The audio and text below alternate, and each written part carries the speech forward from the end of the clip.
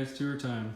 Like I mentioned before, it's a budget build. I sort of like that it's a budget build because I'm not worried about dings and it being dirty and how bad the rattle can paint job is. Some people say it's good, but it's a rattle can paint job. Never thought I liked flat black. I actually enjoy it, and I'm going to properly paint it, I think, John Deere Bliss black. Because this stuff, as you can tell, if you look real close, like right there, bugs hit it, and then you clean it off, and it's like it's polished it, and all that. I went with those letters like I mentioned before, mainly because I think my hood is not original, but also because I like the bigger letters. I want everyone to see that it's Ford. I went with a 67, even though my truck isn't a 67, even though it's a 67 grill. Because I like that because it didn't have side reflectors. Probably more dangerous, but oh well. Painted them red. I think they were original that way. They might have been blue, can't remember.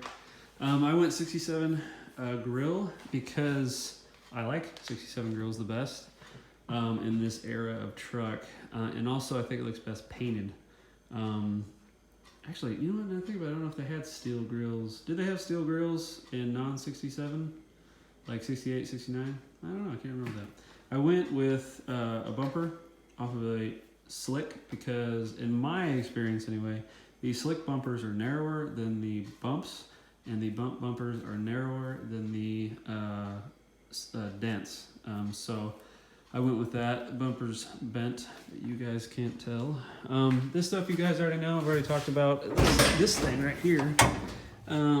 So this right here is off of a brand new, but it's off of a this MC is off of a 91 Explorer.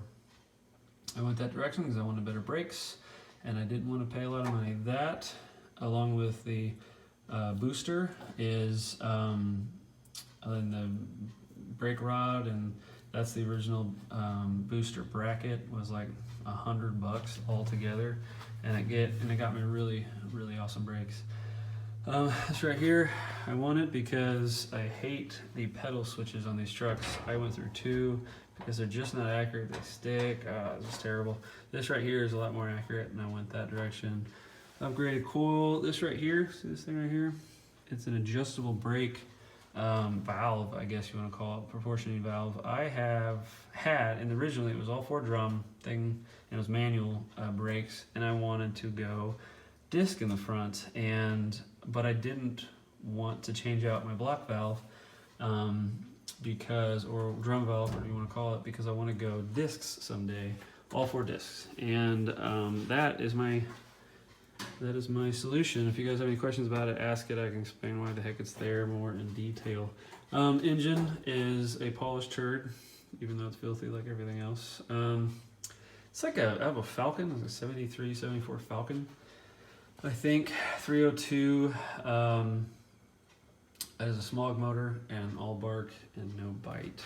Those are headers, extremely off-brand headers, and people say don't go that way, and I really like them. They're very just the chain, I don't know, just more airflow than say the ones I could get stock for 302s, and they're a lot less money than that exact same setup, but name brand, and I enjoy them. 600 CFM metal rock carburetor, so this I don't have to tell you. I think that's Speedmaster or Pro Comp or whatever. Works great. Don't let anyone lie to you. I took away the fan. I actually might just be in my head, but I noticed a change when I did that in performance, even though it doesn't do much. I did this Crown Royal bottle. People find that interesting. Just sort of a hot rod touch, I guess. The wiring, I was in the process of cleaning up, except, hold on, I'm gonna make some noise. Don't judge me. This right here is an 88 Roll 302. I've been building for way too long. Building, I should say, I just sort of, someone else refreshed it and then I refreshed it more. These are GT40P heads, and I cleaned them up and everything with the proper springs. I am going to go roller rockers, and it has an E303 cam in it. But anyway, back to the truck. Yeah, there's some other stuff I want to tell you about. Do maybe another video.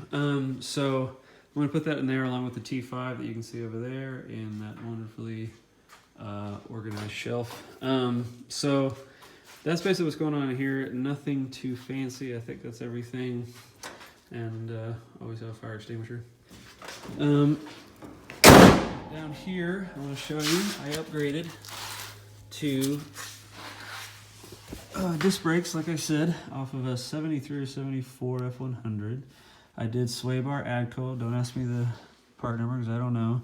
These brackets, the guy I bought it from, he made them. Pretty simple stuff.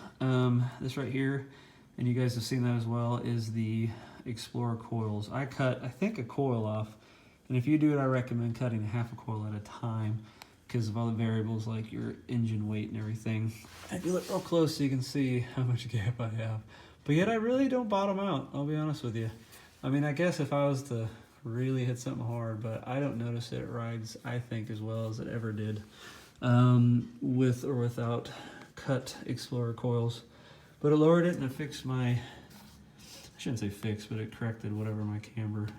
I did have to get toe angle adjusted a little bit because I had some weird tire wear.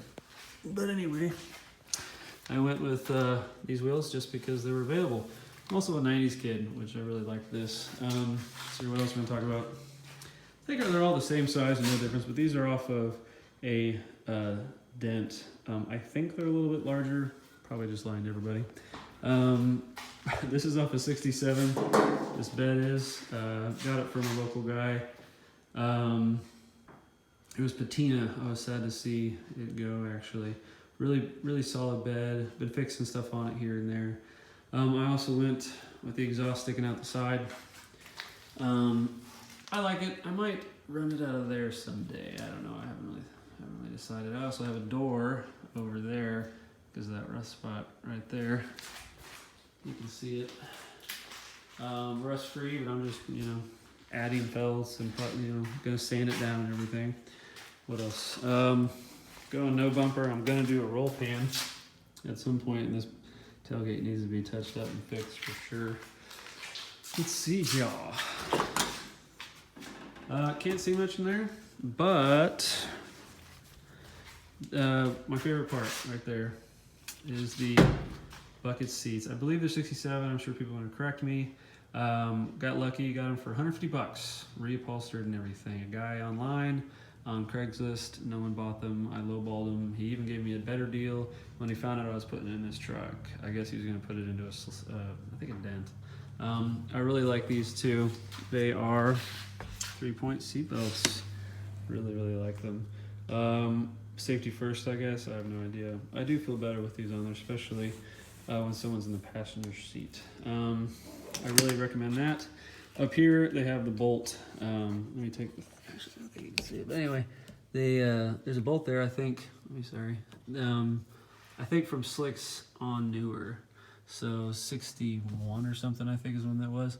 And they moved it a couple times, but so you can run 3-point without doing too much crazy damage. This right here is another one of my favorites. Let me get in here.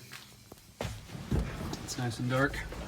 F600 gauge cluster. I really enjoy this thing. I like it. It's sort of the example of the 60s, even though it came in work trucks. I got lucky, all the gauges worked when I got it, put it in there, put LED lights in it. Later on, the speedometer, or speedometer I guess, went, and the odometer went, and so I got lucky again and found a new one of these. So it has 3,000 miles. So I could be that guy and lie that I have 3,000 original miles on this thing. But anyway, this right here is a rally pack off of a Mustang. I really enjoy it. Nothing works on it. Tack worked for a while, but I really enjoyed the look of it. I think it really adds to it. Plus, I didn't want to tack in there because I liked the chrome aspect of it, when there's usually like a vacuum gauge and a tachometer right there. I added these because I like details of what's going on in my engine. This is off a 64 and they look exactly the same as, I believe, up to bumps. The only thing I noticed though is when you turn it doesn't turn my signal off, or so I think that might have something to do with it being a 64. But anyway, I think that's all I really have. Nothing too fancy, just a lot of little stuff that I like for sure. Bump siders, Fortification.com.